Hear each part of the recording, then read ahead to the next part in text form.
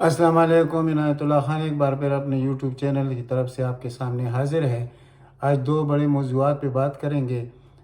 پہلا موضوع ہے کہ نواز شریف کا ویزا ہوم آفس نے کینسل کر دیا، یعنی کہ اس کو بڑھانے کا جو پروگرام تھا وہ انہوں نے کہہ دیا کہ ہم اس کو ایکسٹینڈ نہیں کریں گے۔ دوسری بات ہم کریں گے سلیم صافی کی، جس نے بہت ہی غیر ذمہ دارانہ بیان دیا ہے، جیسے کہ اکثر وہ کرتے ہیں اور اپنی صحافیانہ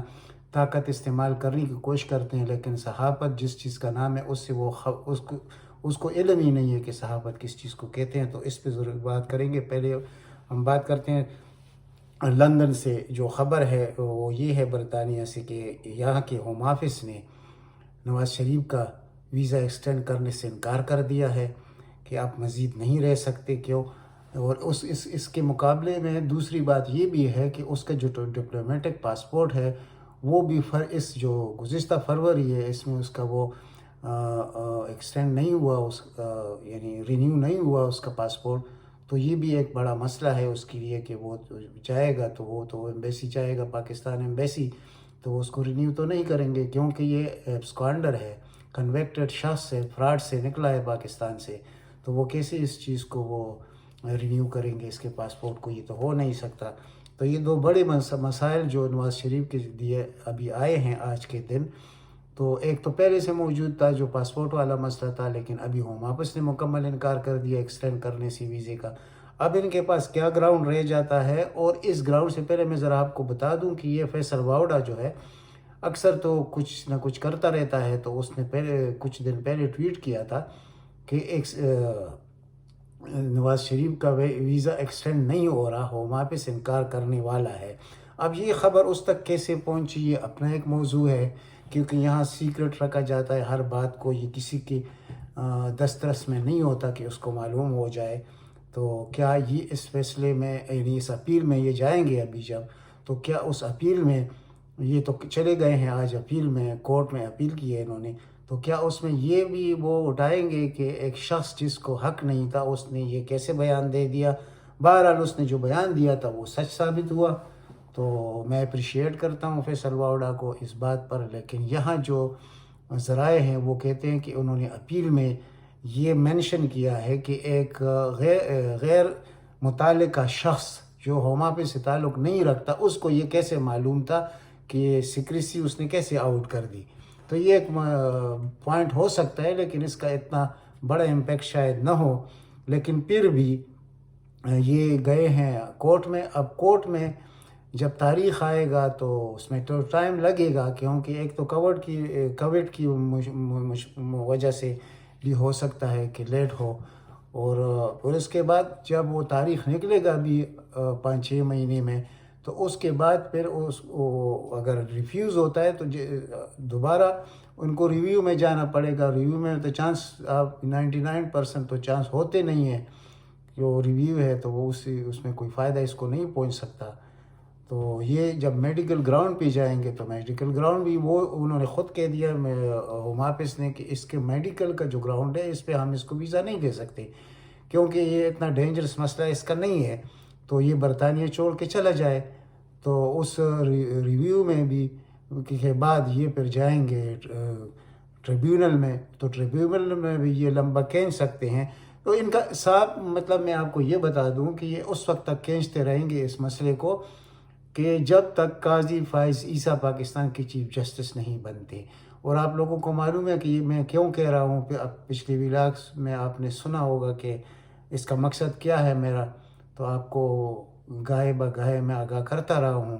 کہ ان کی ساری امیدی جو ہے وہ امیدیں ان کے صرف قاضی فائز عیسیٰ سے ہے، کیونکہ ان کے جو کیسز ہے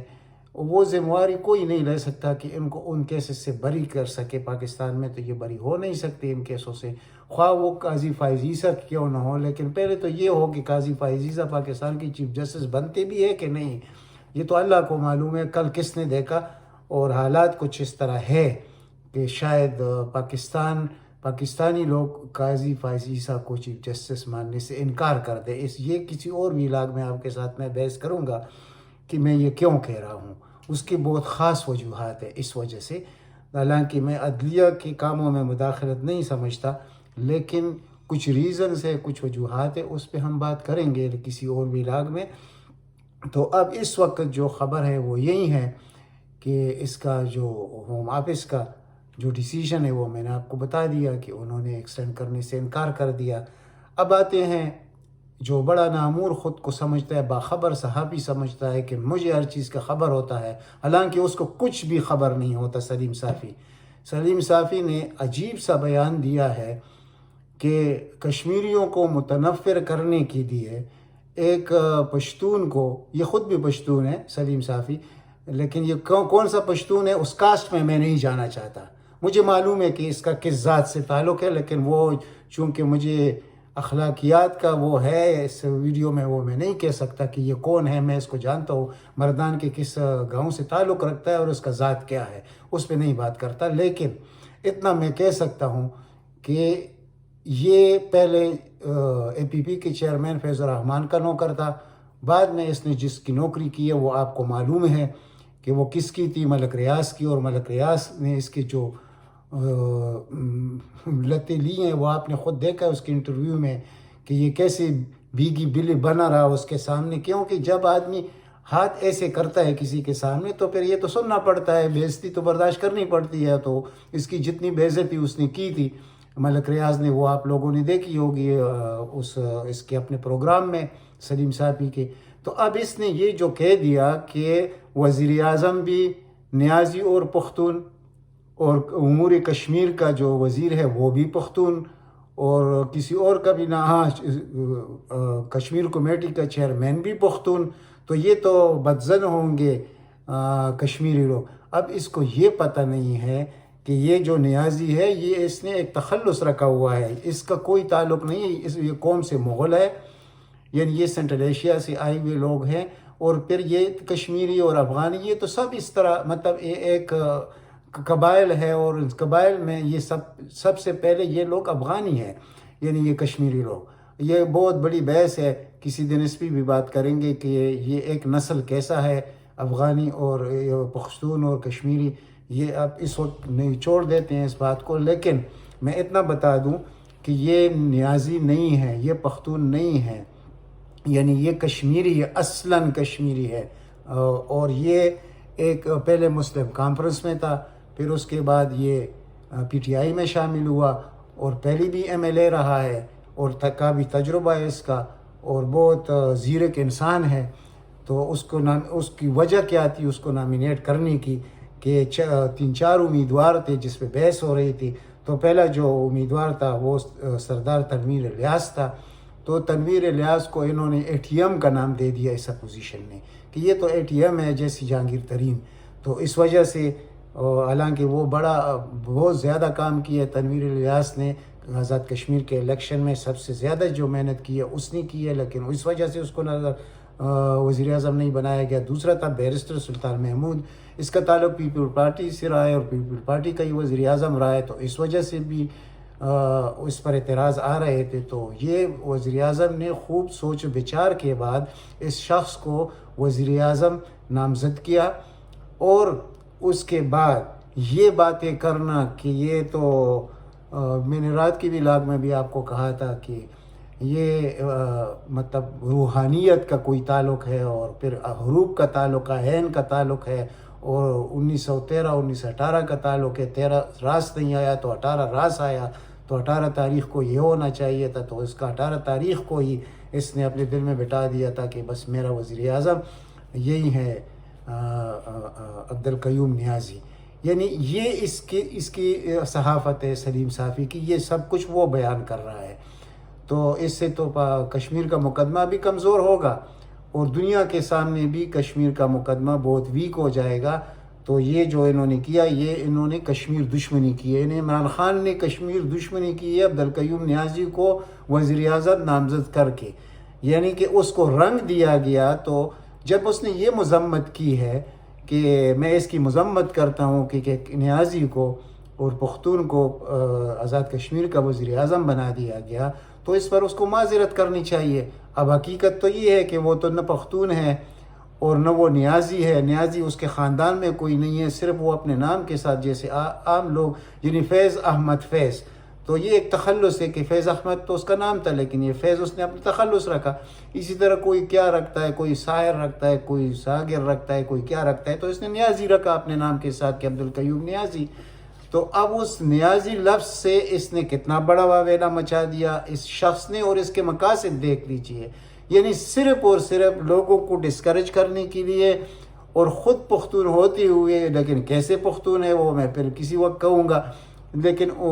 پھر وہ یہ اعتراض بھی یہاں تو یہ تقسیم ہی غلط، یہ بات ہی غلط ہے کہ پختون، پنجابی، سندھی، بلوچی، یہ تو کوئی بھی آ سکتا ہے، اور ہر ایک کا حق ہے پاکستان پر. نہ صرف پختونوں کا حق ہے، نہ پنجابیوں کا حق ہے، نہ صرف سندھیوں کا حق ہے، نہ بلوچیوں کا حق ہے، اس پر تو سب کا حق ہے. یہ تو ایک گلدستہ ہے، خواہ وہ کوئی بھی ہو تو وہ ملک کے لیے اچھا ہو تو لوگ اس کے ساتھ کھڑے ہوں گے. اب عمران خان ہے تو ٹھیک ہے، نیازی ہے، لیکن اس کا تعلق پنجاب سے ہے، تو یہ بھی جب عمران خان کو جوڑتا ہے تو کبھی کے ساتھ جوڑتا ہے، تاکہ کیونکہ پنجاب بہت بڑا صوبہ ہے، تو اس کا مقصد یہ ہوتا ہے کہ ہم پنجابی عوام کو یہ سمجھانے کی کوشش کریں کہ اس کو ووٹ نہ دیے تو پختون ہے. یہ دیکھیں اس قسم کی صحافت کرنا یہ ضلالت سے بری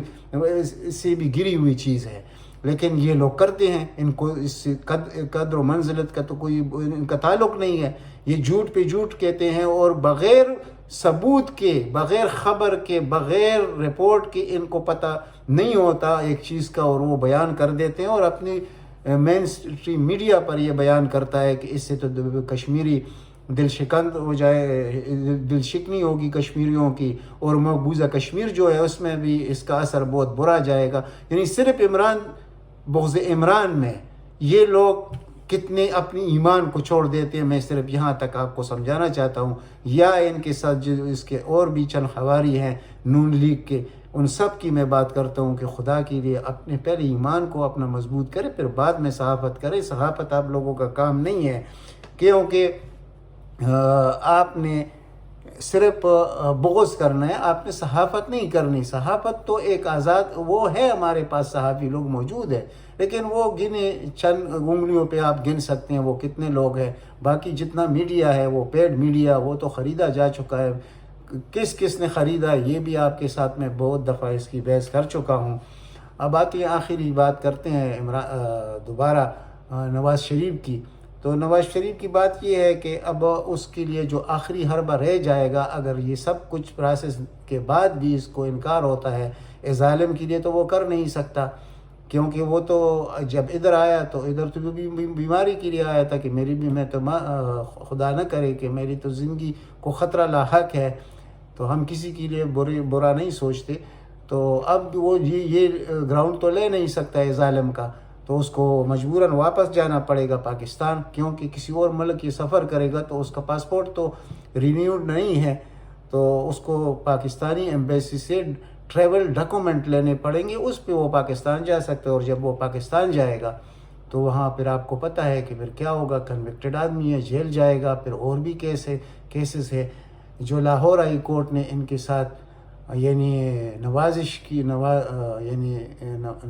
کی ہے، یا جتنی مہربانیاں کی ہے، وہ دور بھی گزر گیا ہے. اب جو چیف جسٹس موجود ہے لاہور ہائی کورٹ میں، اللہ اس کو زندگی دے، تو امیر حسین بھٹی صاحب، تو اس نے جو کل کا کردار ادا کیا ہے، اس نے جتنی بھی ان لوگوں کے لوگ تھے ان سب کو شٹ اپ کی کال دی ہے کہ ہمیں آئندہ کے لیے یہ ہونا چاہیے. صرف میرٹ پہ بات ہوگی، کوئی اس طرح کی بات نہیں ہوگی کہ میرٹ کے بغیر کوئی فیصلہ ہو جائے. تو اب یہ چیز نہیں ہوگا، اور یہ شہباز شریف کے لیے بھی اچھا شگون نہیں ہے، کیونکہ شہباز شریف کی جو کیسز ہے، جس کو جسٹس قاسم خان نے یعنی پوری فائلوں کو گودام میں رکھ دیا اور ججوں کو وہاں سے ٹرانسفر کر دیا جو کہ فیصلہ دینے والے تھے، اور ان کا مائنڈ بن چکا تھا کہ یہ جو 25 ارب کی منی لانڈرنگ ہے، اس کو اب ہم یعنی اس کو سزا دیں گے، یعنی ان کے ذہن بن چکے تھے. لیکن جب اس کو پتہ چلا، چیف جسٹس قاسم خان جو سابق ہے، اس نے عنایت کرتے ہوئے، نوازش کرتے ہوئے ان لوگوں کو ریلیف دینے کے لیے ان ججوں کو وہاں سے ٹرانسفر کیا، کسی کو باولپور بھیج دیا، کسی کو پتہ نہیں کہاں بھیج دیا، تاکہ یہ کیس لنگران ہوتا رہے جب تک جسٹس قاضی فائز عیسیٰ واپس نہ آئے. تو آپ خود سمجھیے کہ جو کچھ میں کہہ رہا ہوں کیا میں غلط کہہ رہا ہوں. تو اب تو انشاءاللہ لاہور ہائی کورٹ جو لوگ کہتے تھے لوہارا ہائی کورٹ کے نام سے مشہور تھا، تو اب ایسے نہیں ہوگا انشاءاللہ۔ حق اور سچ ایک دن ہو کے رہتا ہے، تو اب ان کے ساتھ جو کچھ ہوگا وہ ان کو بھی معلوم ہے، شہباز شریف کو بھی معلوم ہے، ان کا بچنا بہت محال ہے۔ یہ اگر قاضی فائز عیسیٰ چاہے بھی تو ان کو بچا نہیں سکتے۔ میرا مقصد صرف یہ ہے، کیونکہ یہ پاکستانی عوام میں اتنا شعور آ چکا ہے کہ اب وہ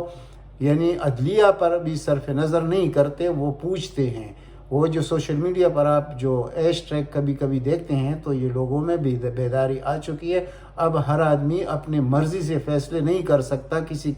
یعنی مجرم کو اس طرح نواز نہیں سکتا جیسے نوازتا رہا ہے۔ اس پاکستان میں ایسا ہوتا رہا ہے اور آج تک عدلیہ نے یہی کام کیا ہے، اور ہمیں اس پہ بڑا افسوس ہے۔ ہم تو چاہتے ہیں کہ ہماری عدلیہ کے مثالی دی جائے،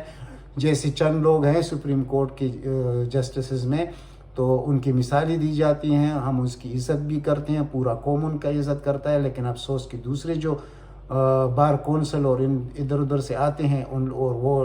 پیرول پر ہوتے ہیں ان پارٹیوں کی، خصوصاً نواز شریف کی پارٹی، اور ادھر سندھ میں پھر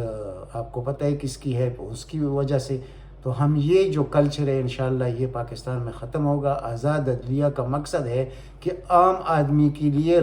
یعنی انصاف ہو، عام آدمی کے ساتھ انصاف ہو،